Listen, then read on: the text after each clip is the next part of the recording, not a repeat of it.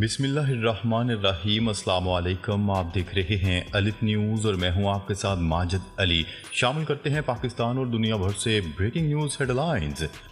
روس نیٹو ممالک یا یورپ پر حملہ کرے گا یا نہیں، اس حوالے سے روس کے صدر ولادیمیر پوٹن نے خبردار کر دیا۔ بین الاقوامی خبرساز ادارے کی رپورٹ کے مطابق روس کے صدر ولادیمیر پوٹن کا کہنا ہے کہ امریکہ اور اس کے حواری بڑے اور مضبوط روس سے خوفزدہ ہیں۔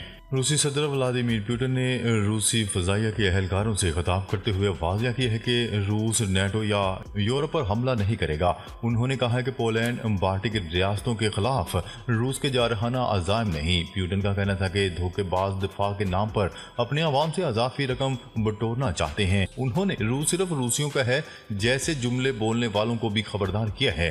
پوٹن کا مزید کہنا تھا کہ مسلم اور یہودی بھی دیگر مذاہب کے ماننے والوں کی طرح ہمارے بھائی ہیں۔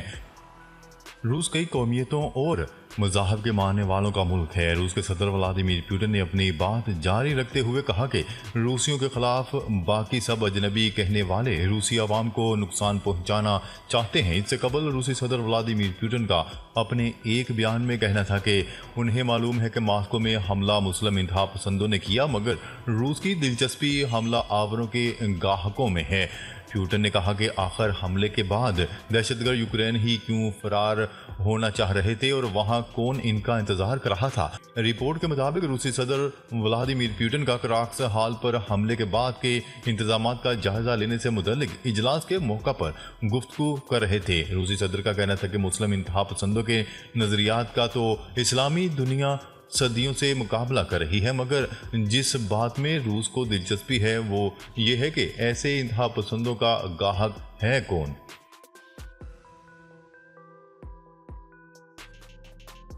خبر کے اگلے حصے میں بات کرتے ہیں نیتن یاہو نے وفد امریکہ نہ بھیجنے کا فیصلہ واپس لے لیا۔ اسرائیلی وزیر اعظم نیتن یاہو کے دفتر نے اپنے فیصلے سے رجوع کرتے ہوئے وائٹ ہاؤس سے درخواست کی ہے کہ مشاورت کے لیے اسرائیل کے اعلیٰ سطح کے وفد کے لیے اگلے ہی ہفتے میں فوری وقت دیا جائے۔ اسرائیل رفح میں اسرائیلی فوج کے حملے کے لیے ضروری مشاورت کے لیے وفد بھیجنا چاہتا ہے۔ عرب ٹی وی کی رپورٹ کے مطابق وائٹ ہاؤس کی ترجمان نے بتایا ہے کہ اسرائیلی وزیر اعظم کے دفتر نے اسرائیلی وفد کے لیے نیا شیڈول بنانے پر اتفاق کیا ہے، لہٰذا ہم نے نئے شیڈول کے لیے مل کر کام شروع کر دیا ہے تاکہ دونوں کے موضوع وقت طے ہو سکیں۔ ایک امریکی ذرائع نے نام ظاہر نہ کرنے کی شرط پر بتایا ہے کہ اسرائیلی وفد کی اگلے ہفتے کے شروع میں ہی آمد متوقع ہے۔ اس سلسلے میں وقت طے کیا جا رہا ہے، تاہم اس بارے میں نیتن یاہو دفتر نے ابھی میڈیا کے سامنے اس بارے میں کچھ نہیں بولا۔ تاہم یہ معلوم ہوا ہے کہ اسرائیلی وفد جس کی امریکی روانگی جلد ممکن بنانے کی کوشش کی جا رہی ہے، اس وفد کی قیادت اسرائیلی اسٹریٹجک امور کے وزیر اور قومی سلامتی کے مشیر کریں گے۔ مذاکرات کا اہم ترین موضوع 15 لاکھ فلسطینی بے گھروں کی پناہ گاہ رفح پر اسرائیلی حملے کی حکمت عملی اور تعاون پر اتفاق ہے تاکہ دونوں اتحادیوں کے درمیان تعاون میں کمی کا اندیشہ نہ رہے۔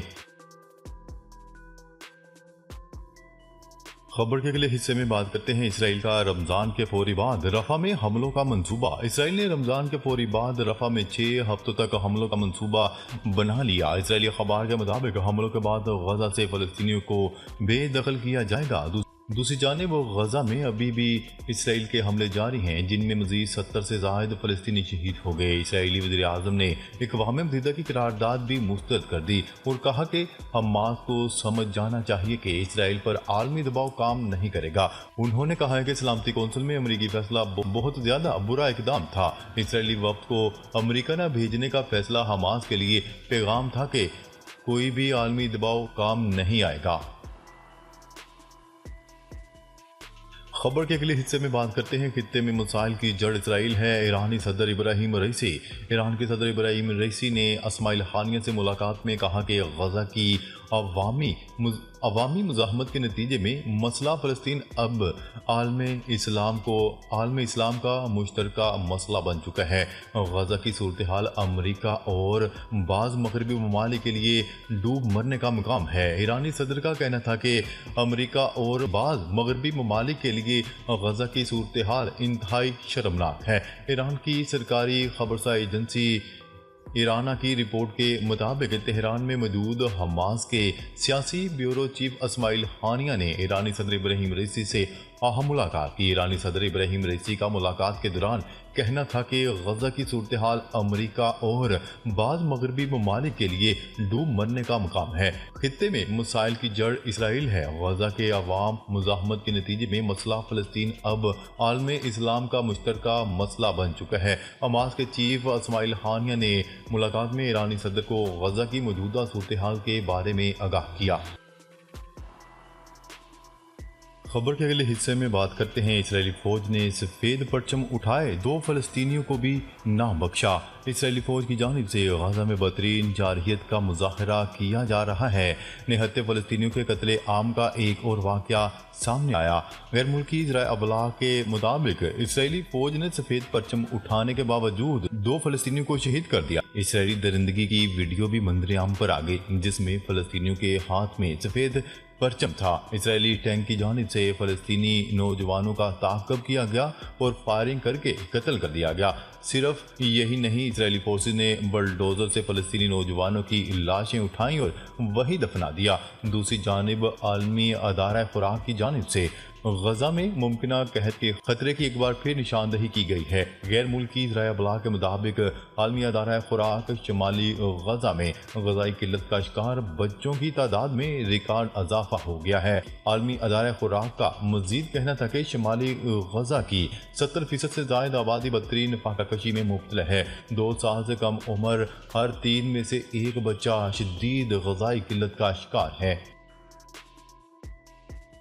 خبر کے اگلے حصے میں بات کرتے ہیں۔ پاکستان نے اسرائیل کو ہتھیاروں کی فراہمی پر پابندی کی حمایت کر دی۔ پاکستان نے اقوام متحدہ کی نمائندہ کی اس رپورٹ کی توثیق کی ہے کہ غزہ میں اسرائیلی حملے نسل کشی کے مترادف ہیں اور اسلام آباد نے تل ابیب کو ہتھیاروں کی فراہمی پر پابندی کی حمایت کی ہے۔ خیال ہے کہ اقوام متحدہ کے عہدیدار نے غزہ میں اسرائیلی فورسز کے حملوں کو نسل کشی کے مترادف قرار دیتے ہوئے عالمی برادری سے مطالبہ کیا کہ تل ابیب پر دیگر پابندیوں سمیت ہتھیاروں کی فراہمی پر بھی پابندی عائد کی جائے۔ مقبوضہ بیت المقدس میں انسانی حقوق کے بارے میں اقوام متحدہ کی خصوصی نمائندہ نے جنیوا میں اقوام متحدہ کے حقوق کے ادارے کو ایک رپورٹ پیش کرتے ہوئے کہا، یہ میرا فرض ہے کہ میں انسانیت کی سب سے خراب صورتحال کے بارے میں رپورٹ کروں اور اپنے نتائج کو پیش کروں۔ خبر کے اگلے حصے میں بات کرتے ہیں۔ توانائی بحران سے نمٹنے کے لیے پاکستان کی مدد ترجیح ہے امریکہ۔ ترجمان امریکی محکمہ خارجہ میتھیو ملر نے پریس بریفنگ میں کہا کہ توانائی کی بحران سے نمٹنے میں پاکستان کی مدد امریکہ کی ترجیح ہے۔ ہم نے پاکستان میں تقریباً 4,000 میگا واٹ صاف توانائی کی صلاحیت بڑھانے میں مدد کی۔ صوبوں کے ذریعے آج لاکھوں پاکستانیوں کے گھروں کو بجلی فراہم کر رہے ہیں۔ پانی کے انتظام سے نمٹنے کے لیے پاکستان سے مل کر کام کر رہے ہیں۔ خبر کے اگلے حصے میں بات کرتے ہیں۔ میکسیکو جنگلات میں لگنے والی آگ 18 ریاستوں تک پھیل گئی۔ امریکی ریاست میکسیکو میں لگنے والی آگ نے 18 ریاستوں کے 60 جنگلات کو اپنی لپیٹ میں لے لیا۔ خبرساں ادارے کی رپورٹ کے مطابق امریکی ریاست میکسیکو میں 3 روز قبل لگنے والی اس آگ پر تاحال قابو نہ پایا جا سکا اور تیزی سے پھیلتی آگ نے 18 ریاستوں کے 60 سے زائد جنگلات کو اپنی لپیٹ میں لے لیا۔ آگ لگنے کے باعث جہاں ہزاروں ایکڑ رقبہ متاثر ہوا، وہیں جنگلی حیات بھی بری طرح متاثر ہوئی۔ ریسکیو حکام کے مطابق آگ لگنے کی وجہ تاحال معلوم نہ ہو سکی، جبکہ آگ سے متعدد گھروں کو بھی نقصان پہنچا ہے، تاہم کسی جانی نقصان کی اطلاعات نہیں۔ آگ پر قابو پانے کے لیے ملک بھر سے فائر بریگیڈز کو طلب کر لیا گیا ہے۔ ناظرین، اب تک کے لیے اتنا ہی۔ مزید خبریں لے کر بہت جلد آپ کی خدمت میں حاضر ہوں گے۔ تب تک کے لیے اپنا خیال رکھیے گا۔ اللہ نگہبان۔